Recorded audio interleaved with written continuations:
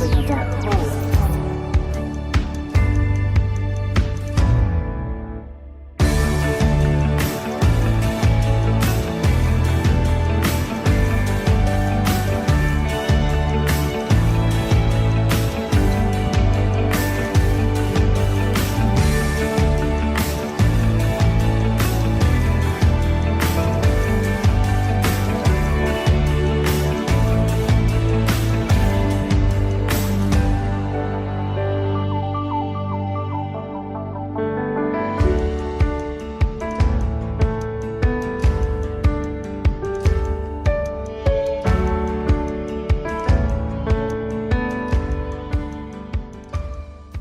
Greetings from the St. Mark Community Church. We're pleased to once again bring you our Wednesday church update.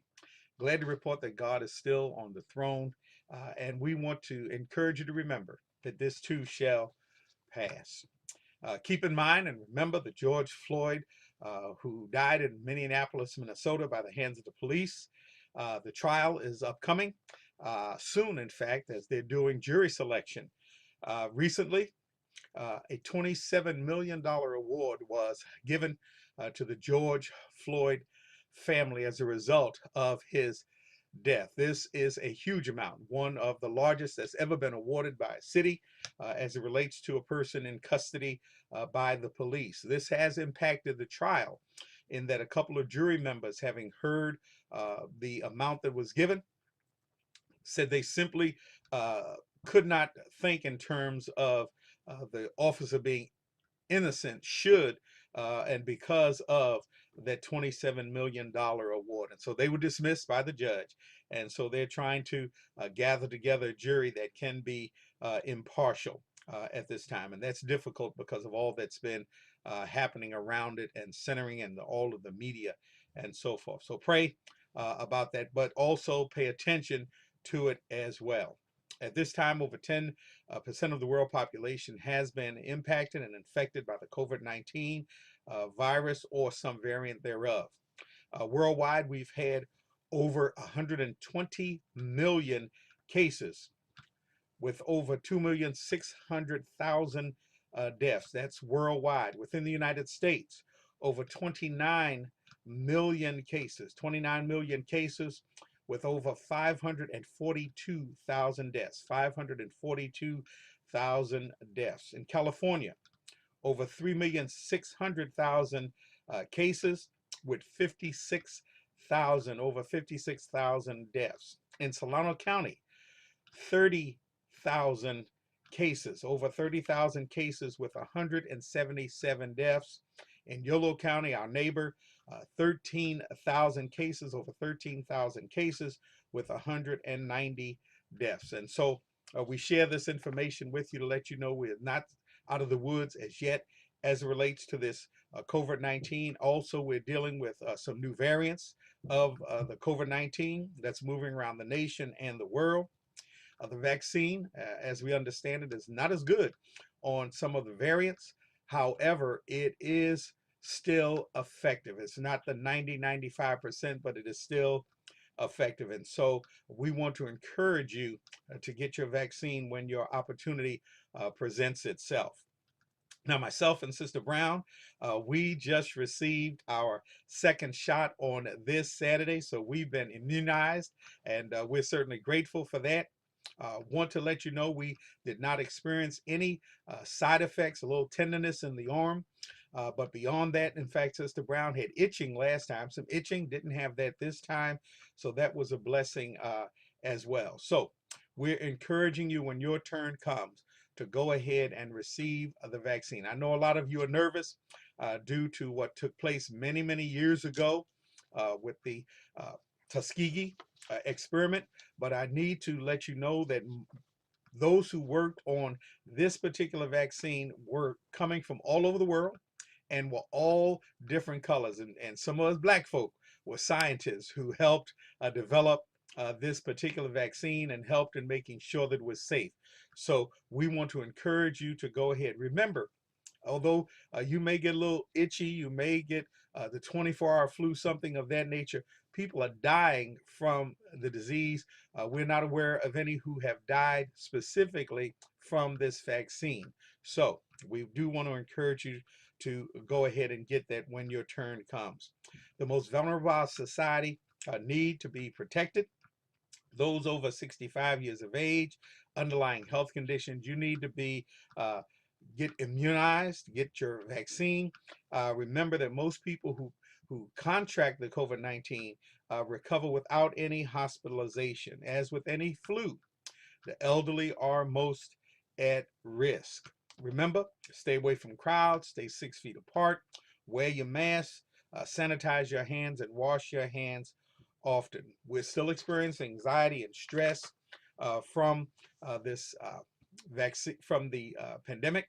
And so we need to be careful because of the isolation, the economic stress, the school issues, all that we are having to deal with as a result of this COVID-19. Also, we are challenging you to especially look out for your children. They are experiencing a heavy impact as a result of this COVID-19 epidemic. They don't have the life experiences that we do. This is frightening for young people. So you need to pay attention to them. I suggest you play games with them, spend time with them, talk to them. Talk to them about the fact that this too shall pass. They're going to be okay, but they need to hear it from adults that they trust and that they love. We have to be the ones that lead the effort and letting them know it's going to be all right. Challenge you to stay connected with your friends, your neighbors, your family, using Zoom, calling each other, video chats, whatever you can do, stay connected. Solana County has just moved into the red zone so we can open up with 25% capacity. We're taking all the precautions at St. Mark, all the safety precautions. So there's room for you if you don't have any underlying conditions. Not come on down to the church. Again, we're opening up just a few, not crowds, but if you feel like you want to come on down and be a part. Uh, Certainly, if you have your shot, you are welcome. We're still wearing masks, keeping 6 feet apart, not touching or hugging, uh, and are asking. We're going to be taking temperatures as you come into the sanctuary and using the hand sanitizers. Now, this Sunday, this Sunday, 3:30 p.m., we are having our pulpit staff appreciation. Again, we want to honor our pulpit staff. We recognize the work that they've done so that we could continue worshiping, so that we could continue coming together.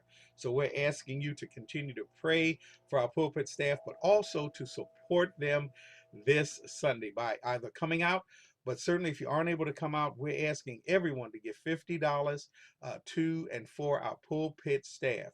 You can drop those monies off at the church in an envelope.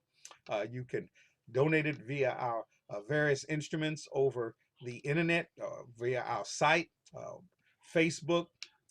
Please, sir and ma'am, please support our pulpit staff. Again, they're doing a wonderful job, and we want to let them know that we appreciate the work that they are putting in.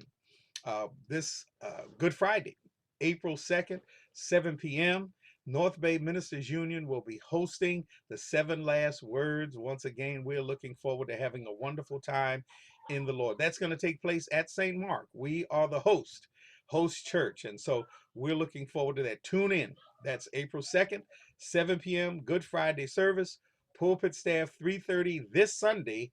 And we need you to support that not only with your presence, tuning in, but also with your resources. We're still holding prayer meeting Tuesdays at 12, Bible study Wednesday and Thursday at 7, Sunday morning Bible study 8:45.